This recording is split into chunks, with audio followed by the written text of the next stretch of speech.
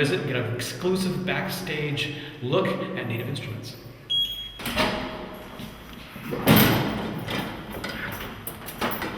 I'm here with Paul Maurer, who is the sound designer and guy behind the 70s drums, Abbey Road 70s drums. So why don't you take us through the product? Hi, all right. Okay, so the product consists of 2 fully sampled drum kits. And one of the drum kits is, it has a very large room sound, so it's got the huge sound of Studio 2 in Abbey Road. And the other kit is designed for the really sort of tight, dry sound. And then they took the walls, they sort of made this really small room within a room and got this really small, tight, dry sound of that kit. So, and then the user has control over all the different mic settings. So like for the large open kit, the user can control the huge room sound as well as the close mics and the overheads and the mix of all of those drums within those mics. How many mics did you have around the entire kit? A lot. Well, how many room mics did you have on the Vistalite kit? Room mics, we just had the 2. Okay. So we had the 2 sort of the far ambience mics. Mm-hmm. And then as far as overheads, for the Vistalite kit, we actually had 2 sets of overheads. So we had the regular set of stereo overheads, and then we had the Glyn Johns overheads. Why don't you explain what the Glyn Johns miking system is like for drums? All right, okay. The Glyn Johns miking system is you put one of the overhead mics directly above the center focal point of the drums, and then the other one you put at basically a 90-degree angle from that one, coming from the drummer's right side or the audience's left side of the kit. And then once the drums are all recorded, then you actually take the panning and you pan the one at the very top, you pan that all the way to the left, and you pan the one that was on the right to the halfway position between center and right. Okay. So then but then when you actually put it to those positions, it sounds like a very sort of a unique overhead drum miking system. And then also included with that miking system is also a direct mic for the kick, and then a direct mic for the snare. Okay. So it's sort of a very like a standard 4 mic technique that they used to use back then. Okay, so you're basically emulating something that they say Led Zeppelin would have used, or right, yeah. That sort of early to mid 70s rock band. Yep, exactly. And then for the close mic kit, which is the Premier set, what are you using for that in terms of a mic setup? For that one, so we had actually the room mics as well, and the regular overheads, and then all of the direct mics. And the funny thing about the room mics, though, is that the room is quite small. So even with the room mic, it just sort of adds this small room ambience to it. So it's still an ambient sound, but it's the drums themselves are used for such, like the 70s sound of the really tight drums and all different styles, really. So it does add an ambience, but not nearly as large as the Vistalite kit. Let's hear a little bit of that. All right. So here's the standard sound for the Vistalite kit for sort of the open, like.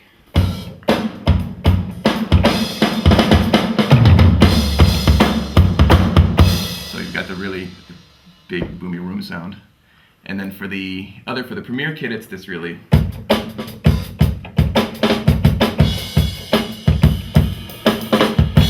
so it's much tighter. Yeah, exactly, much tighter and smaller. Excellent. And we have Paiste cymbals on the open kit, on the Ludwig kit. Is that right? Yep, and then exactly. Zildjian's on the Premier kit. Right. Yeah. Okay. Exactly. Okay, so why don't you run me through the GUI here, because it has a sort of vintage look, sort of Abbey Road look. Okay. So on this page here, this shows you each of the elements of the kit. So you've got and you can click on them and hear them and that sort of thing. Your kicks, snares, and the cymbals and the hi-hat, and this is actually the percussion icon. So right now it shows a cowbell but plays a tambourine, but you can select, like, if you wanted to actually, here's now the cowbell sound, and you can adjust all the different settings for those percussion. And then other things like, so here's the snare. Right now it's all top sound, but you can make it so it's actually best if you solo the snare. And this is actually right here, this is the mixer page for the TG-MK3 mixer board. Okay. And so we emulated the GUI for that as well, so all the knobs and these faders and everything is supposed to emulate the look of that. So if I solo the snare right now, you can hear the top of the snare, and then this is more of the bottom. And you can mix between the mix of those two. And so this is more about the mixer page. You can adjust all of the different mics. Here's the overhead 1 mic, which is the Glyn Johns mic. Now right now it's muted because we're using overhead 2, but you can just choose and switch between the two. And then so this is the room sound, and you can really like, really boost that if you want to give yourself just a huge, Studio 2 room sound for this kit. And then, and so those are most of the controls. Now here, as far as the articulations, like you've got your regular center alternating, and this, we sampled left-hand hits and right-hand hits. Okay. And then actually when you reach a certain speed, it then starts to alternate between the two. Okay. And then we also have the right and left hand mapped up here, so if you want to play it by hand, you can do that as well. Now you also have a flam. Oh yeah, exactly, yeah. There's flam, and then rim shot. This is the halfway hit, so halfway between the rim and the center. This is the center. So one has a little bit more ring to it. Yeah, exactly. Head ring. Exactly. More center head. Yep. And then, oh yeah, right. And then the rim shots. Shot. Yep. Flam. Are there more than one flam in terms of, or is it? There's one flam. It's sort of a tight flam, but there's actually two snares. Okay. So you can switch between the two snares, and you've got two completely different snare options, all with the same articulations. Okay. So you can, and so for the snare, just to finish that off, there's also like stick hits, and there's the wires off snare, and there's rolls, and oh, very good. And there's actually rim only. So. Wow, complete. Yeah, it's complete, so it gets them all. Then you have that for both the tight and the open sound. Yep, exactly. The tight, actually, we even did an extra set of tea towels. So we the Beatles put, sound. Exactly. Yeah. So we put the tea towels over the snare. So like this is the regular tight snare, but then that's even the tea towel, so it's even tighter and even more dead, basically. And so it's the same with the toms as well. Like, so here's like the regular ringing toms for that, and then like the tea towel toms really deadened. Yeah, excellent.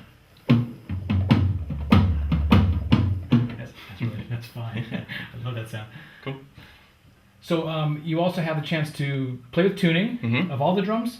Yep, of all the drums. Yeah. And then what about the cymbals? Can you swap out cymbals, or it's pretty much the standard setup that you keep? Yeah, all the cymbals are there, so you can't necessarily swap them out, but they're all available there for you. So like in this case, so now we're on the tight kit, and you've got here's your high crash, and then you've got your regular ride, your low crash, and then we've actually got a nice pang for this one, which is sort of the early version of the China cymbal, but there was no China cymbal yet in the 70s, or at least very scarcely. It was mostly like a pang was sort of that main sound. So you got a very nice vintage pang. And in fact, for the pang, in order to get a bell sound, because you can't really get a normal bell, we actually flipped it upside down and then hit the bell that way. And so then we got this nice sound. So.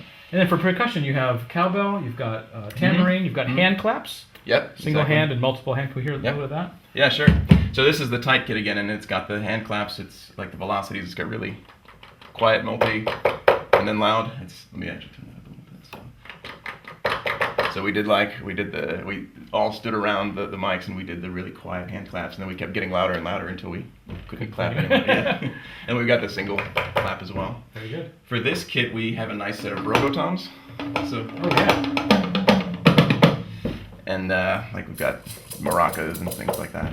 Excellent. And yeah, tambourine. This is the regular hit of the tambourine. This is like the shake kind of tambourine sound. And then for the open kit, we've actually got the cowbell. So we've got it's an open cowbell, muted cowbell, and low, open and muted. Fantastic. So now, can you swap those instruments at all in terms of between drums? Between drum kits, no. Okay, so they really stick with the drum. You get that. That precise sound.